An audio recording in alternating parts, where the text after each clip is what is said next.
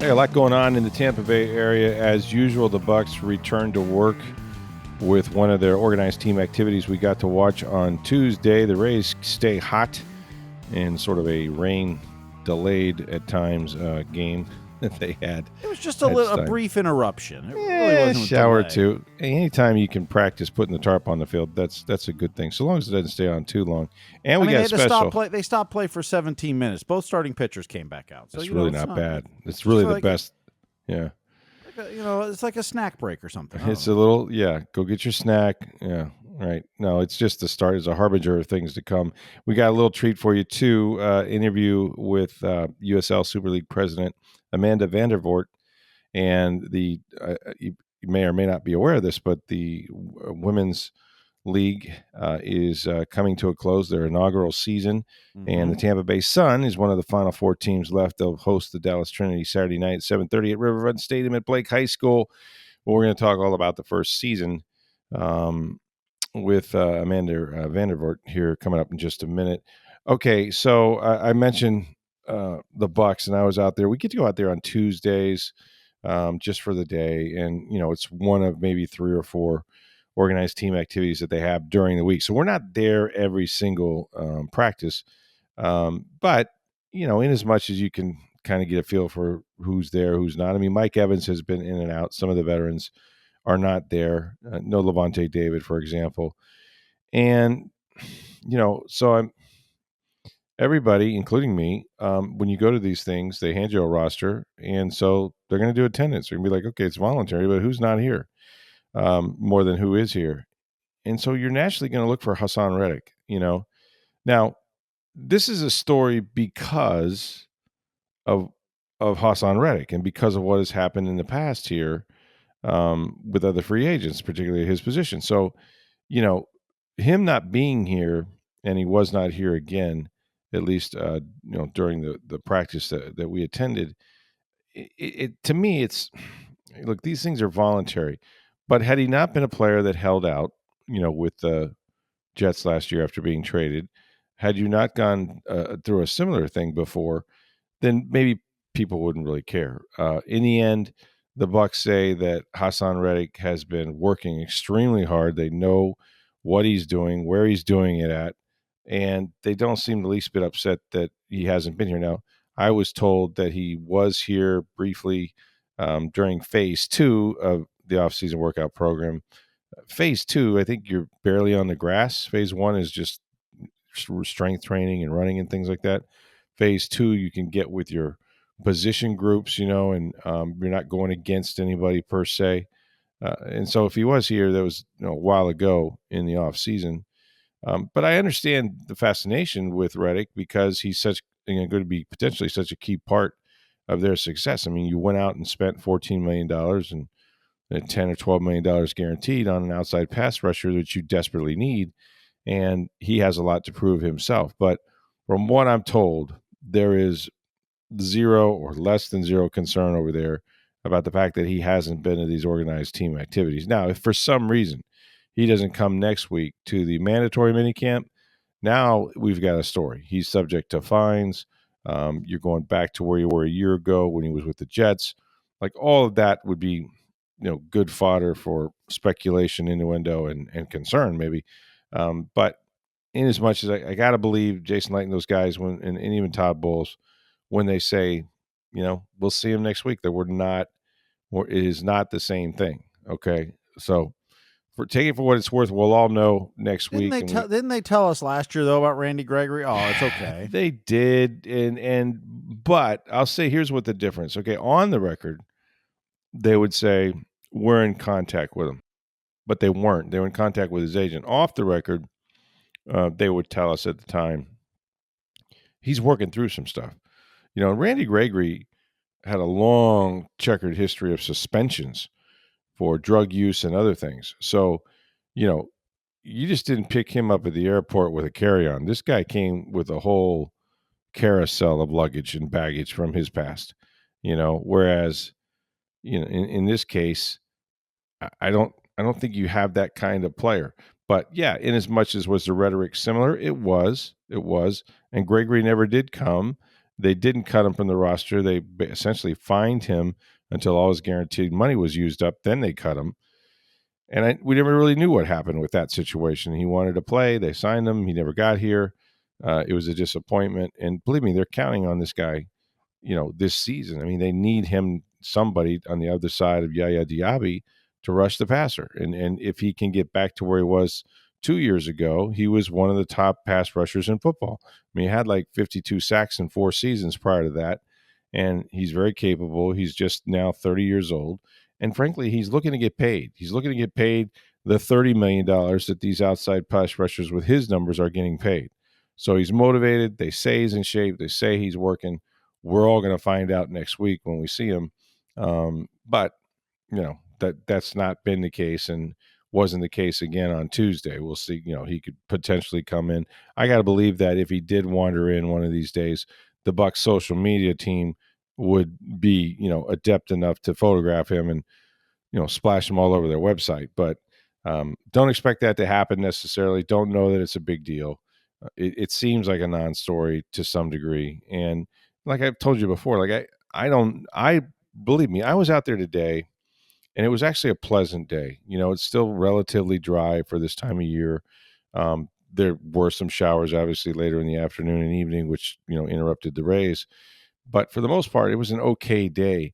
But man, it's still hot, right? And they're still out there months and months and months away, from any meaningful football. And it's still the only sport that even voluntarily, asks players to come in, you know, right after in the off season like this and actually play their sport, like play football. Now you're not in pads, you're on grass, but you still got helmets on. There was a couple plays that I was watching in practice. One where Emeka Egbuka goes up, for a reception, it gets knocked away, and I thought for all the world the guy got hurt. Like I watched him come down in a heap, and he was a little slow to get up, and I thought, oh boy. And when you see that, and you realize that there's veterans out there that, like Antoine Winfield Jr., and I saw him get tangled up on a play one time. You're like, is this really worth it? Like you're still playing football. It's not tackle football. They don't have pads, but they throw the ball in the air and two guys go and try to get it from opposite sides of the field. And so, you have contact, you have collisions sometimes. They're not trying to hit each other. But do you really want to die on that hill, this time of year? And I can appreciate Antoine. It's just who he is. It's, he always wants to be out there trying to improve his game. And of course, he was injured all of last year, but he feels great now. But I don't know that I'd come out there, man. I just, again, it's got to be the right kind of player who has some job security. Anybody else is fighting to get on the roster. They're not going to give another guy a chance to get a rep. But I understand why guys would not want to go out there and participate. I think I saw there was an injury in the NFL yesterday. I think a player got hurt fairly severely. Might have torn his Achilles in one of the NFL teams. So, everybody has their own sort of, way of doing things. But I think all in all, they're fine. Again, if we're talking about this a week from now, it's a story. Right now, I don't think it is. So, but in as much as like it was fun watching them, you can still detect some things. I've told everybody that I think that Egbuka is going to be a terrific rookie. Like this dude does not play like a rookie. He doesn't look like a rookie. He doesn't get separation that way. He is going to help them and help them a lot. And we're still waiting to see Chris Godwin. He'll be in here at least in the flesh next week. Don't know that he'll be doing anything. In fact, I think he will not. But it's another opportunity for them not to rush him back. And, everything else, Baker's out here throwing, for the most part, a good number of defenders are there. I mean, no Mike Evans, at least, he's been to camp on the days we've not been there because we've seen pictures of him. Levante wasn't there. Tristan was there, but not working. He was lifting weights and stuff. Luke Gedicke did come back, and he was doing some stuff. So it's just kind of like, depends on the day. But overall, we're finally wrapping it up, man. By, what is it, June 13th, which is next week, I believe, they're done for the off season. So they'll get about 5 or 6 weeks. And then when they come back, man, it's training camp. Like we're going. So we're close to football. I think it's less than 100 days, Steve, if I'm not It mistaken. is. Yeah. Last week was the 100-day mark to the kickoff. Yeah. Yeah. So we're like 80 something days away, but I think it's like 12 Saturdays for college football. that's what I saw. Yeah. Yeah. 12 Saturdays of college football. It's funny when you get to this point, I have mixed emotions because I know what, for me, the job is and how long the season is and the preseason, especially. If we could go right to the regular season, I'd be like cool with it. Um, but it is interesting when there's no games for this long, how you're looking forward to the fall. Like I'm really looking forward to the fall. First of all, I don't want to burn up anymore, but you get into a routine. Like I love college football Saturdays. I'm sure you do too. Like knowing that the NFL, of course, now they're asking you to watch Sunday, Monday, Thursday, during Christmas, Friday, etc. But there's a structure to everyone's life, and right now, I got no structure, man. The kids are out of school, and everybody's kind of going 100 miles an hour. But woo boy, it's gonna this summer. I can just tell, I can feel it. It's going to be one like none other. It's going to be so hot out there. And I worry about that. I can't believe that I have covered this league long enough to where Ray Perkins did 3-a-days, and John Gruden 2-a-days over at Orlando. When they won the Super Bowl, that wasn't that long ago, 23 years ago, I guess. But now, old players walk out here and it's like, this is a country club. You practice once for 2 hours. Like what? But yeah, that's training camp, And then after what is it, 3 days, they have to have the fourth day off. So the older players look at it and think, you guys are soft, man. We were in full pads every day, goal line to start practice. So we complain, but it's obviously been a lot worse in the past. All right, we'll talk about the Rays and their sudden hot streak at Steinbrenner. I told you they can't lose at home. We'll get to that in just a second. But first, hey, get on down to International Plaza Mall. Please go see our friends at Brightling Boutique. It's upstairs near the center of the mall. You'll see the store. It is phenomenal. Customer service like you can't believe. Brightling Company has been making Swiss watches now for over 140 years. They are the experts. They've been at International Plaza for more than 5 years. And they have a great collection. You're going to get the best timepiece that's right for you that you've ever owned in your life. And the customer service is second to none. They're used to dealing with celebrities. You're going to see probably an NFL player, a Bucs player or two, if you stop by the store. And they're going to match up what you need to what's just great products for them. For men, the Chronomats, the Navitimers, they're known for that. They also have women's watches for your wife, for your girlfriend. These are sports watches that are very durable, all different color wristbands on top of that. She's absolutely going to love them. And for a limited time only, as supplies last, there are 32 NFL teams, right? Well, there are 32 Chronomat watches by Brightling Boutique that are team watches. These things represent all 32 franchises. Again, while they're still there, and they've got the color of the team on the face of this Chronomat watch, the logo. They're spectacular. Go to TampaBay.com. You're likely to see the Bucs team watch as well, and that's to commemorate the 104th anniversary, as I mentioned, of the National Football League. So go down to Brightling Boutique, International Plaza Mall, and please, when you get there, let them know that you heard about all of it on Sports Day Tampa Bay. Okay, so you were at the Rays, and I guess this is what summer baseball is going to look like in Florida, except all in all, they put the tarp on one time, and they had less than 20-minute delays, right? Yeah, they had the tarp on before the game because it was raining a little bit early. Okay. There was thought that they might start it late. Now, they've pushed back the start times of weeknight games to 7:35 now that we've hit June, trying to avoid some of those afternoon storms. So if you get some rain in the afternoon, maybe by 7:35. Time to prepare the field. Yeah, you can play in that. So it worked out tonight. They started the game on time. They had some rain throughout the game, and then it got heavy at one point right after Brendan Lau was at bat, or as he finished his at bat, and they stopped the game. They brought the tarp out, but really by the time they got the tarp on the field, it had pretty much stopped raining. Right. So they pulled it right back off. They got the tarp on quick enough where they didn't have to do a lot of work on the field, put some diamond dry down on the mound and around the bases and that. And 17 minutes later, they were playing again. So both starters got to come back out, Maley and Rasmussen. And didn't really impact the game, just 17 minutes. So.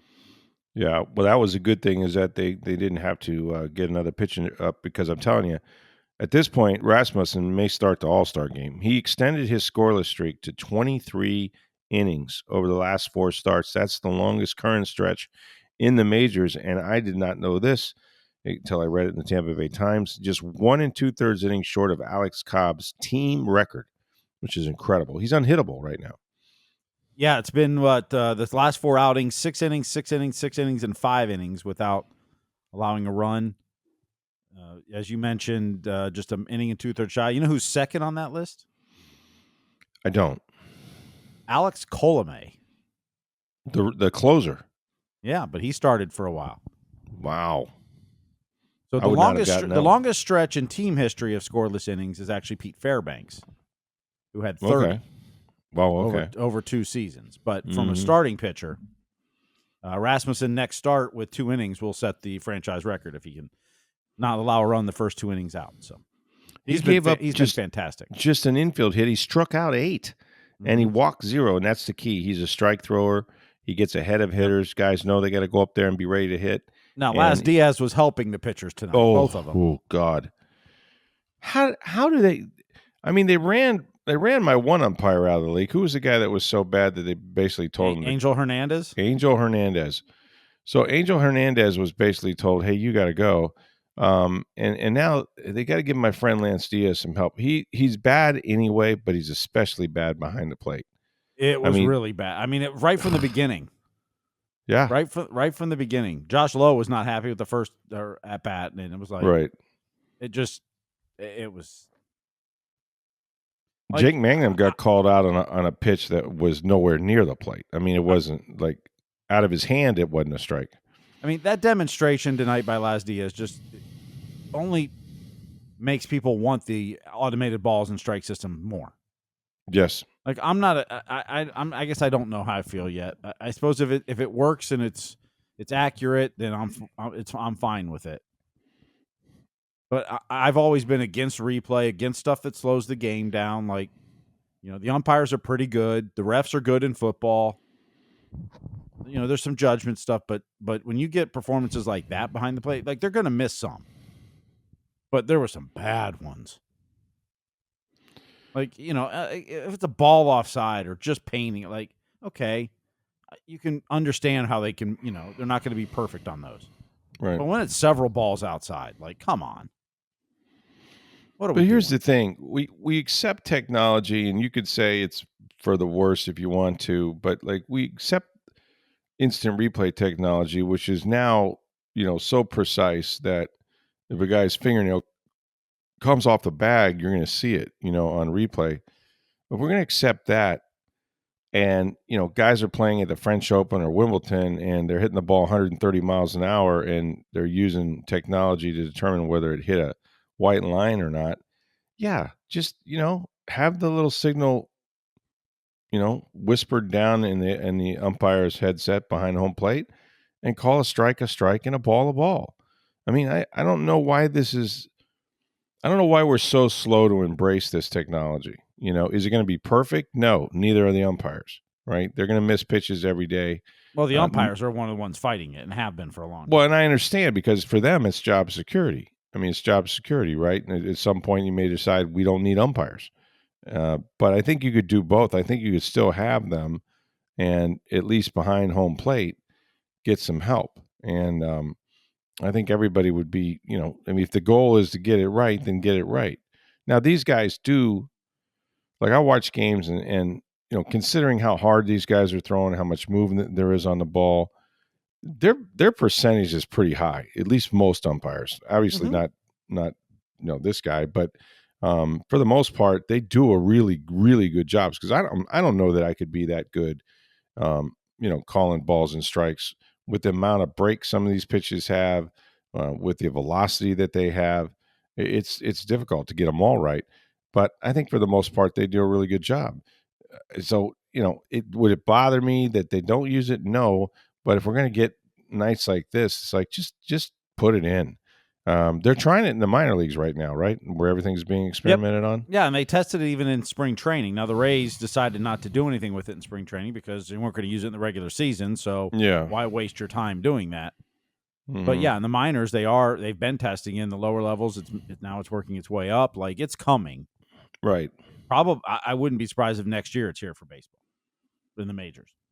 Really? Next year? Huh. If it's not next year, it'll be the year after that. Like, it's coming. It's close. Yeah.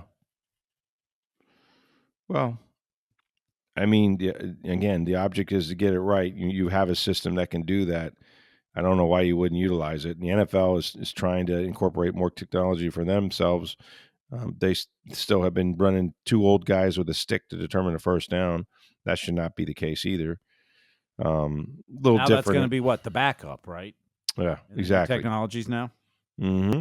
Yeah, they're going to try to go to some system that marks the forward progress of the football and all of that. So we'll see how that turns out. But yeah, more and more, it's just, we live in a technical world that can, hone in on these things. And I think we're going to go to it.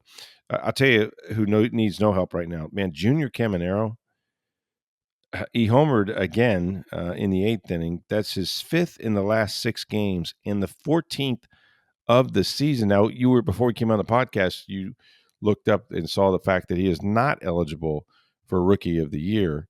Yeah, that's because last season he came up about a week or two too soon. And he burned his rookie year last year.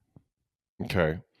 Because they needed the help. They were trying to make the playoffs. They were trying to turn around at being 500 for the 800th time that season. Which last year, what was it, 36 times or something? They were 500. Yeah, it was over 35 for sure. Yeah. So they were trying to spark the team in that, but it also got him experience, and I think probably helped him for this year. I mean, yeah, the more at bats you get, and then he went to the Dominican League and was very successful down there. But ever since he brought his hitting coach from the Dominican up, he's been playing really well, and it's also helped that Josh Lowe has returned, and I think batting him 5th in the order has helped him as well.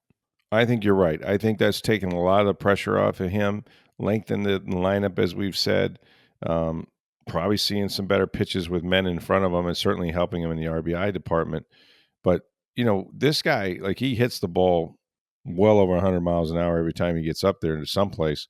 And, he's on quite a run right now. I mean, 14 home runs and, to have, 5 in the last 6 games, he was a co-player, I think, co-player of the week, at least. Yeah, last week with Cal Raleigh.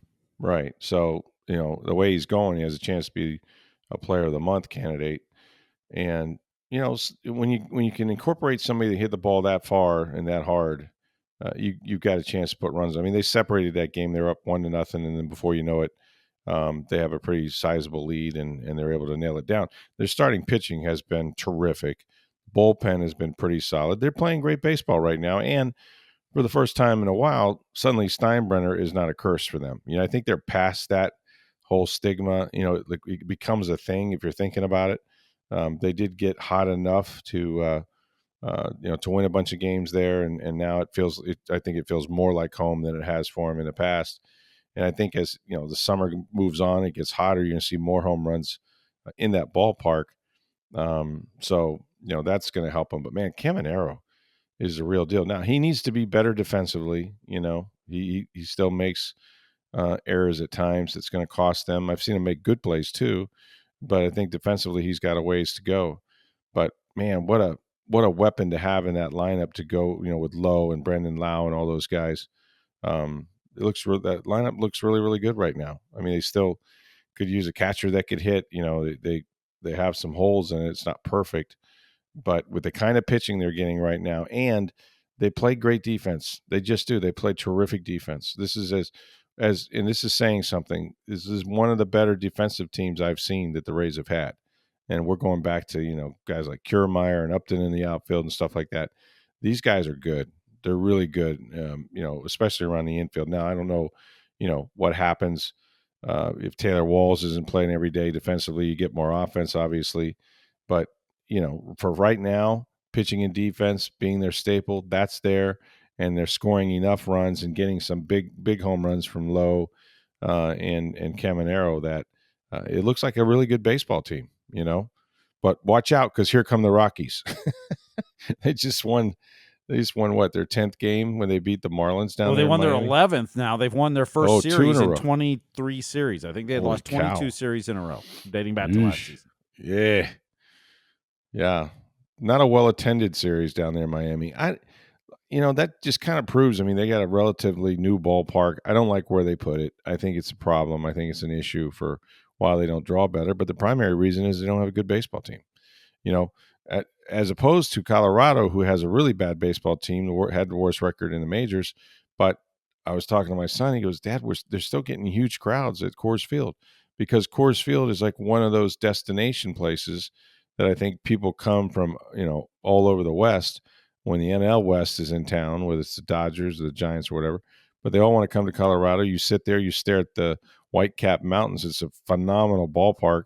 And so they still draw a ton of fans. And that might be one of the reasons why the Rockies don't spend any money. It's like the Cubs in the old days.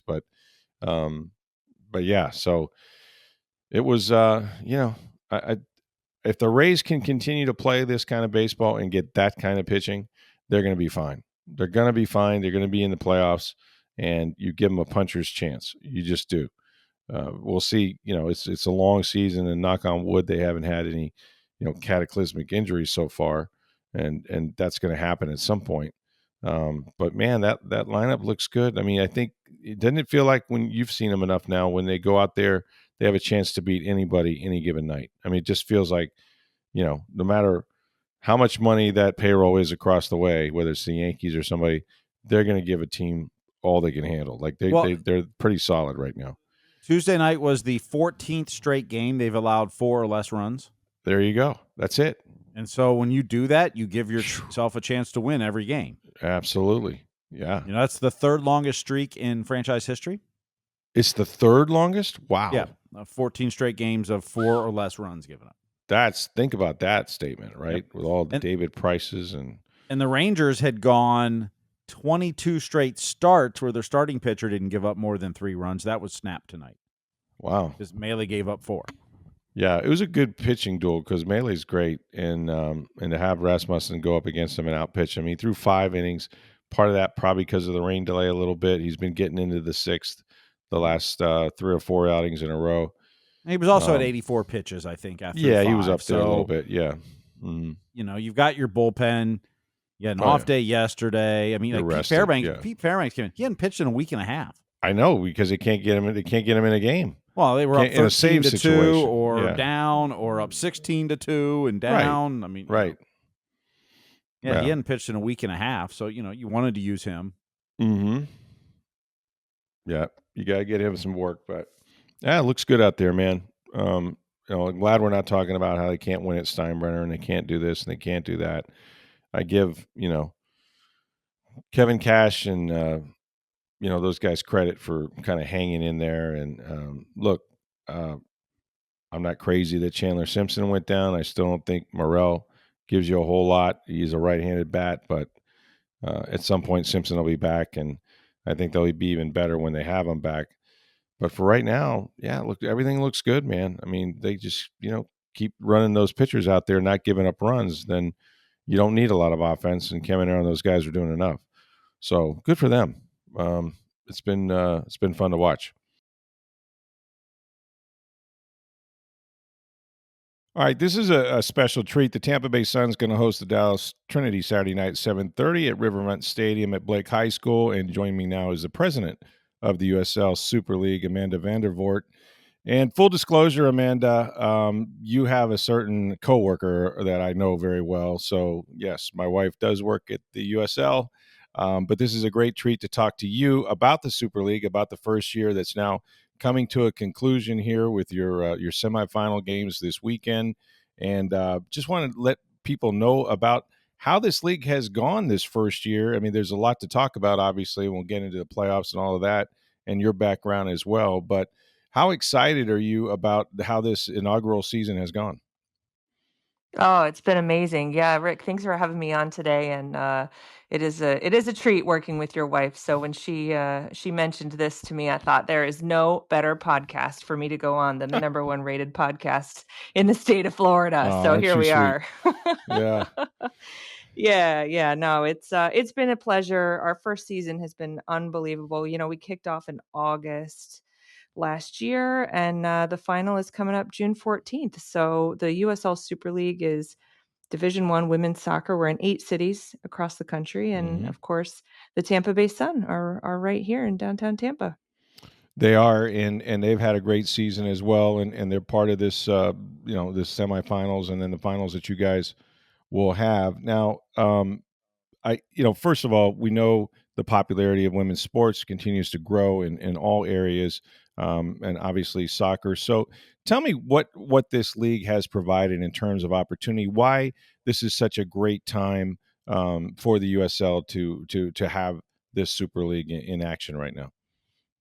Yeah, listen, we love all sports, but when you look across the landscape and you see that in men's soccer, there's over 100 men's professional soccer teams in the United States today. And before we launched the USL Super League, there was only 14 women's pro Wow, soccer teams. So we've added 8 this year. So we're starting to tick up that number and really create opportunities for women to be professional athletes. And so, you ask why it's important. It's more opportunities in more cities across the United States than ever before. And in Tampa Bay, we've never had a women's professional sports team. that's So right. so now we do, and it's been really, really special. I feel like the city of Tampa, the whole region, the Tampa Bay region has really leaned in to the Tampa Bay Sun, and games are electric. And, it's not just the players, the opportunity for players. We have over 250 players in the league, but it's coaches, it's administrators, it's executives like your wife and myself in the game, but it's also the fans. Probably most importantly,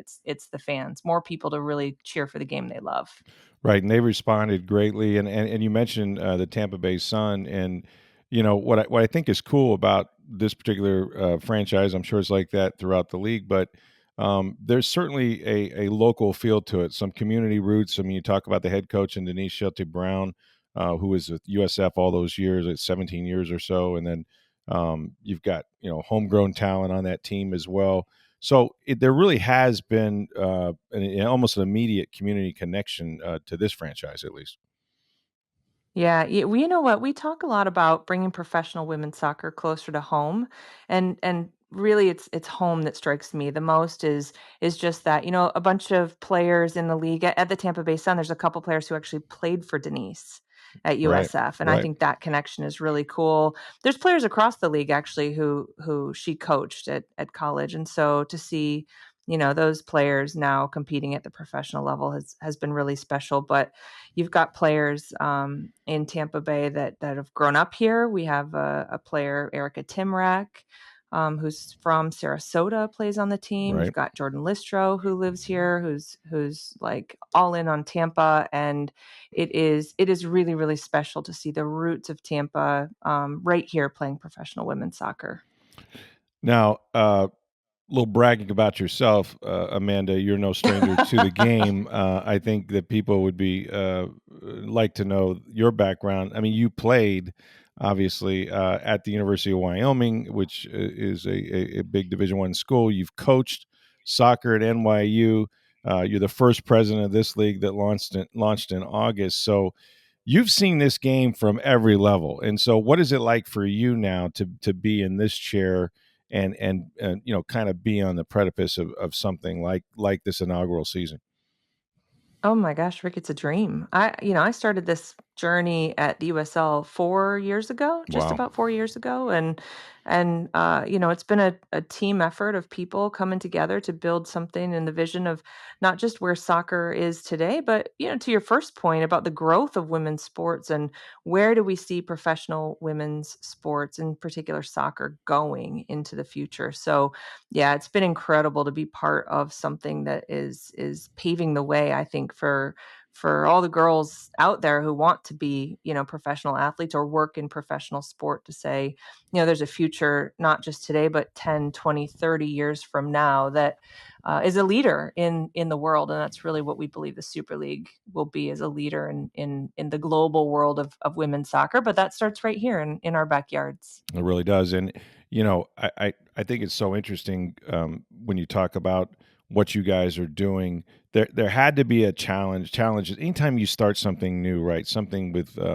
with this sort of scope, right? And there's other there's one other women's soccer league that's professional that we're aware of.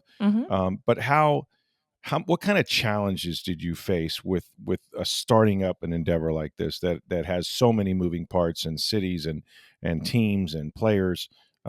Just what were some of the obstacles and things you guys had to get right? Yeah, I think probably awareness, if I'm honest. Like, I Yeah, do think that building something from the beginning, how do you get the word out? How do you get sure. people to know about it? It's Rick, it's a lot of podcasts. I was going to say, this is not your first interview. Have a few? And I'm Yeah. happy to do it. Yeah, Yeah. sure. Yeah, the more we can spread the word and let people know that the option of professional women's soccer exists. I mean, it has never existed in this way before. So, Yeah. for me, it's whether it's been awareness to the players to let them know that there's a league that they can play in. We've had an incredible number of players, American players, who after college went overseas because there was no professional opportunity for them here. Rick, do you know 40,000 women play college soccer It's today in the incredible. United I had no States? idea the number was that big. Yeah. Yeah, and then where do they go Right. afterwards if they want to continue their professional career? The vast majority of them have to go to Europe. Some go to Australia, some go to Japan, but as a few go to South America, but most of them have to go abroad. And so, by launching the Super League, we've created this space for them to come back to the United States, come back home, like I said earlier, and really create these opportunities. So it's awareness, right? They've gone abroad. They don't know what exists. So now it's about getting the word out to the players, getting the word out to the fans that they can come on a Saturday night at 7:00 down to Riverfront Park and see an incredible matchup.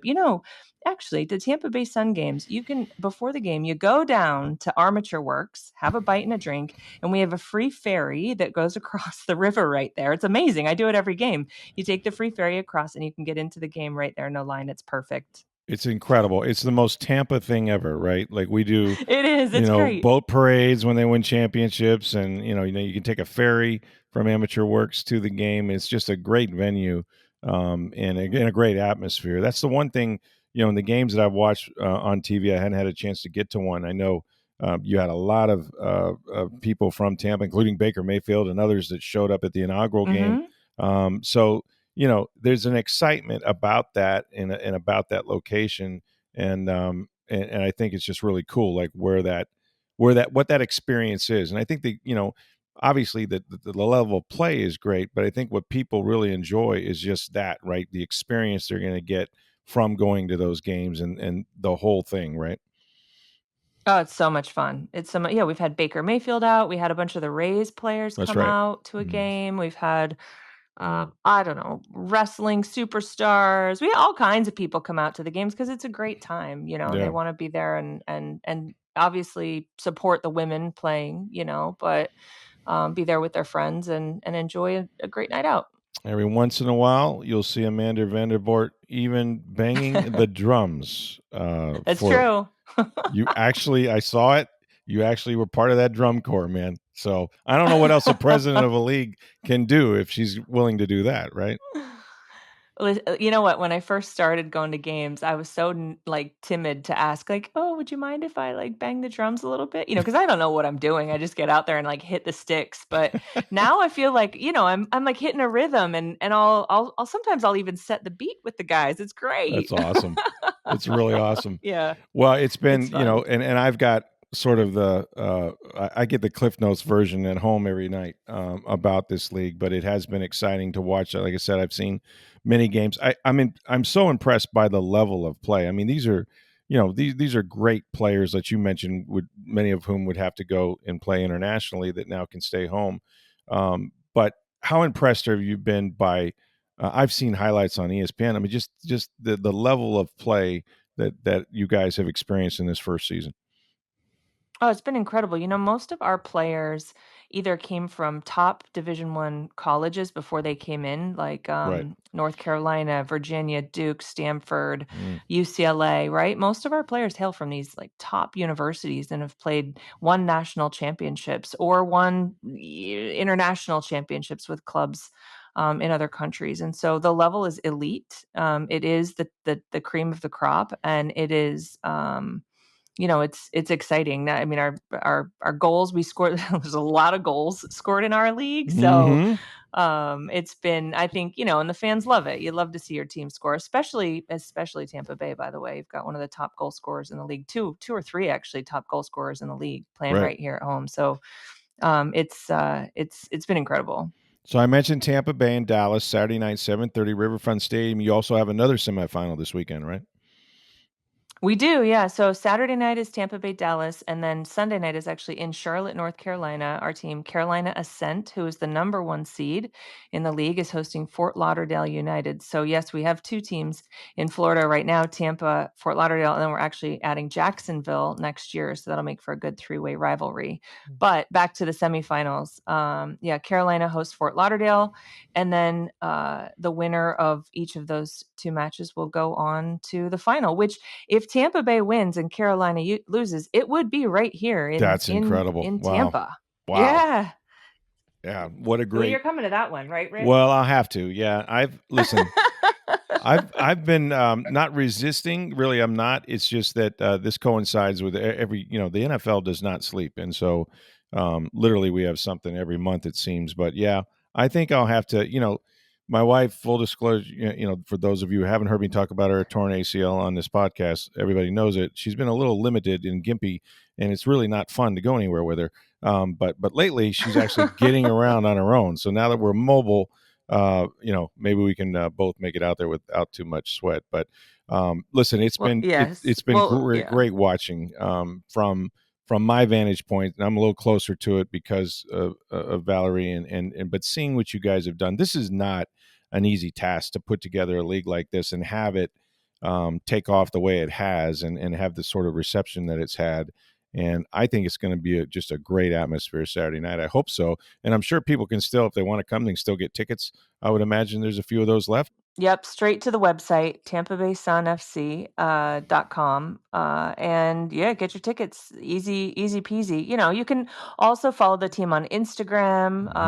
They put up great stuff, and they've got a great mascot, actually, which is a lot of fun. Soleil, the lizard, is great. Super fun. Great time for families out at the game. So 10 out of 10, Rick. 10 out of 10. No, I really do. Like I said, I think the experience is great. I've known people that have gone. I need to get out there for this game. It's certainly the next one if they make it to the finals.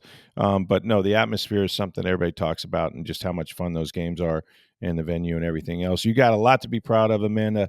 I can't wait to see where this league is going to go. And congratulations on what's been a great first season, and look forward to talking to you in the future. Thanks so much. Right on. Cheers. Thank you. My thanks to Amanda Vandervort. Always fun to talk to her. Man, I overhear some of the conversations on the phone when I'm with my wife driving around.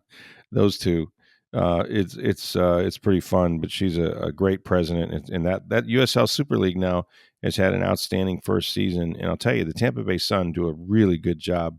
Their game day team and staff over there. It's a good venue. It's a fun night of entertainment and soccer, and they have a chance to host the finals if they can get past Dallas on Saturday night. So we'll see what happens there. So the Rays will continue their series against the Texas Rangers. We got your mailbag questions. You can get those into us.